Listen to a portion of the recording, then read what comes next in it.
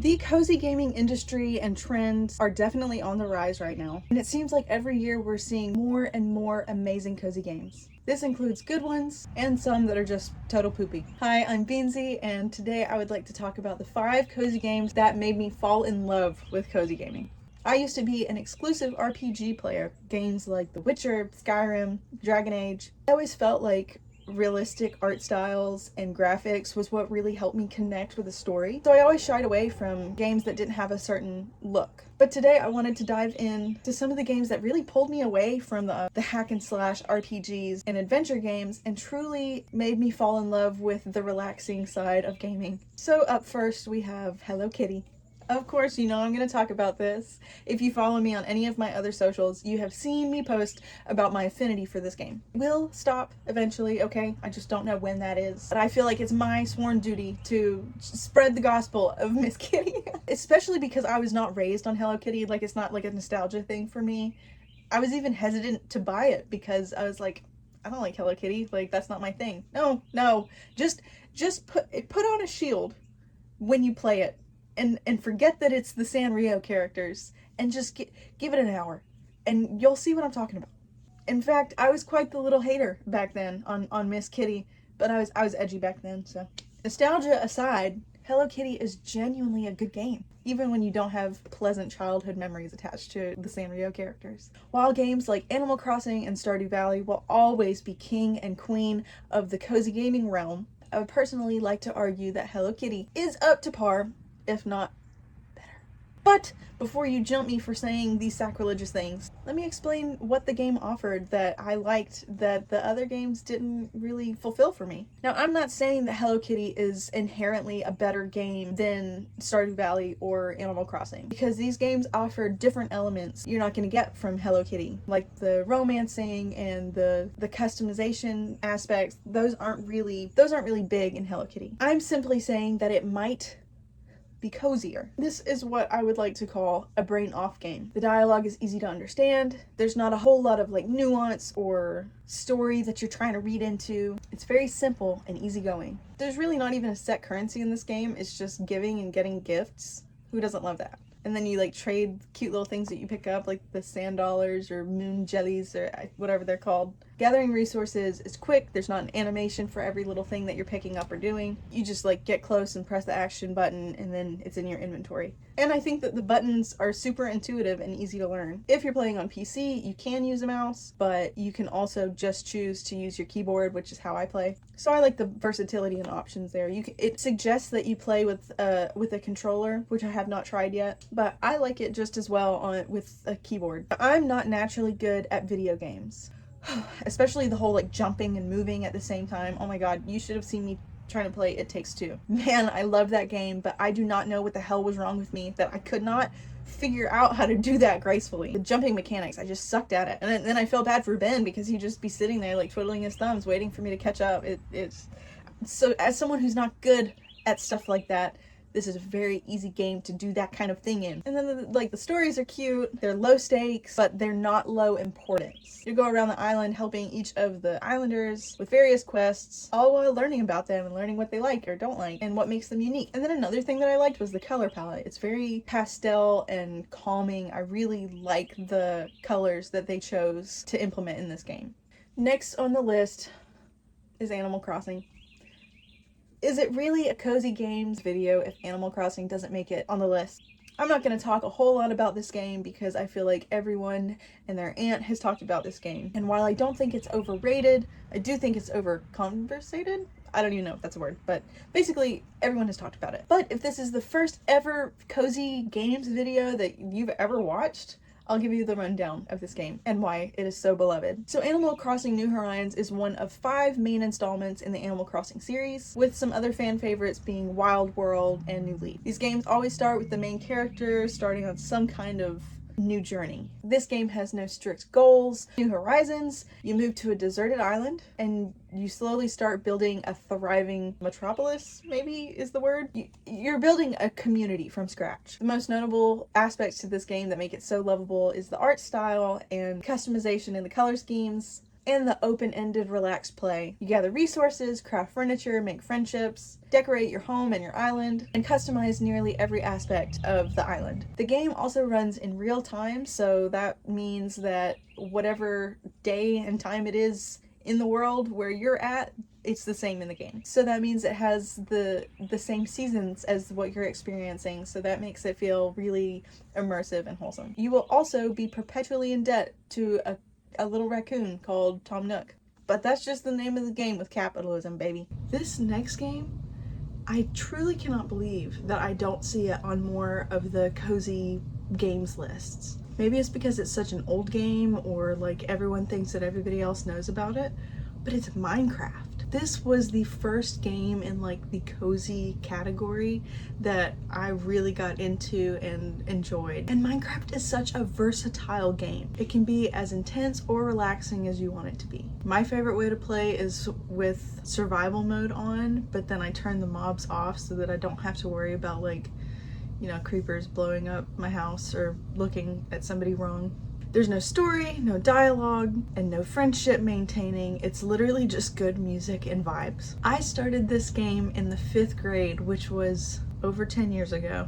So like, I remember the horse update, and that was like the biggest thing. I was like, oh my god, they got horses. But once a year, I always find myself back in the Minecraft world. Like, that's like a meme, is like everyone has their annual 2-week Minecraft obsession. And I'm always interested to see like what they've added while I was gone, and learning all the new mechanics and crafts. And the addition of like all the different biomes. So the Java edition has 64 biomes, but the Bedrock edition has 87. That is insane. And each of the biomes have real life, accurate plant life and animal life, and I love seeing all the animals that they add. Like, when they added the turtles, I was like, okay, it's time. Like, this is the update that is gonna get me back into it for these next 2 weeks. And all of those elements make it so immersive and fun to play. And the possibilities of playstyle are endless. Do you just want to like decorate and focus on building? Play in creative mode. I don't think I played in survival mode until I was probably 20. Like, that just wasn't my vibe. I was just there to draw things with blocks, basically. Do you want to only farm plants and maintain animals? You can play that way. Or do you want to explore the different biomes and the vast, vast cave systems that they added? I'm telling you, the cave systems are probably one of my favorite elements of this game after they updated all of it, because they're insane now. Like, you used to find a little pocket and go explore and like, okay, well, I came out the other side. If you go into a cave now, goodbye. I'll see you next week. And you can think as much or as little as you want. And I think that is why I've been coming back to this game from childhood to adulthood. The music is amazing. The sound effects, I don't know if it's just like a nostalgia thing for me, or if it's like truly because they're just like good sound effects, but the running sound, the Next on the list, this game almost didn't make it on the list because I was so late to the party with this game. Mail Time. I had bought it and it was just sitting in my backlog on Steam, patiently waiting for me to open it and discover all of the things that I love about it. In fact, I started writing the script before I played it, and this game replaced another game on the list.